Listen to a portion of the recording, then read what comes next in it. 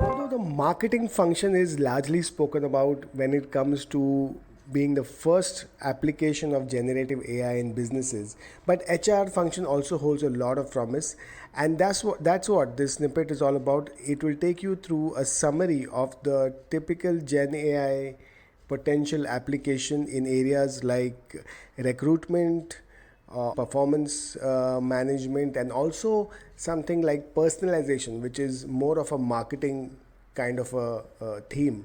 So have a Benefits of listen. HR being in four areas. Again, for generative AI, first of all, it can just streamline a lot of the routine HR and administrative tasks that HR people have to do. One of the estimates, again, people like BCG and Mercer have done a lot of work around this.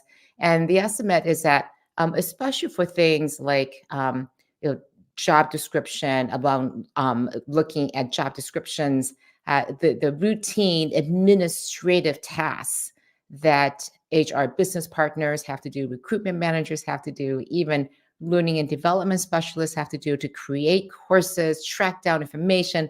A lot of that can be automated or streamlined so that you can focus on the higher order and strategic things like creating the content or thinking strategically about how jobs need to evolve and change as business processes are changing. So by removing a lot of those tasks, HR is going to be streamlined.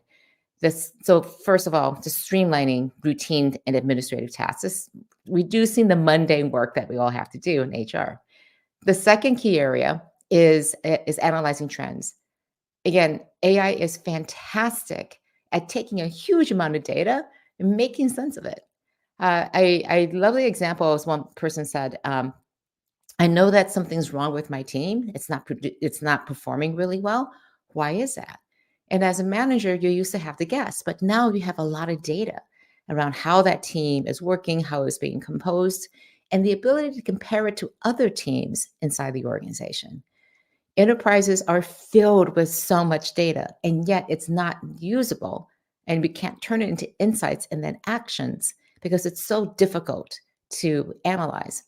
And as a line manager, I just don't have access to that data. But with generative AI, you potentially could have a lot of data across multiple systems to help you be able to manage teams better. So the analysis of existing enterprise data around the workforce is just a huge area of opportunity.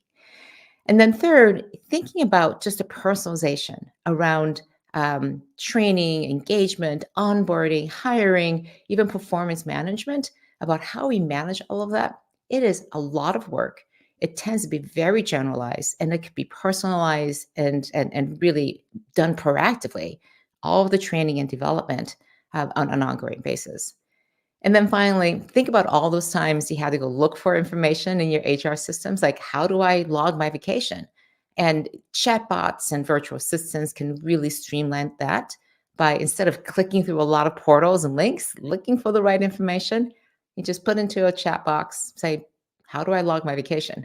Something you don't do very often, but hopefully you do quite often enough.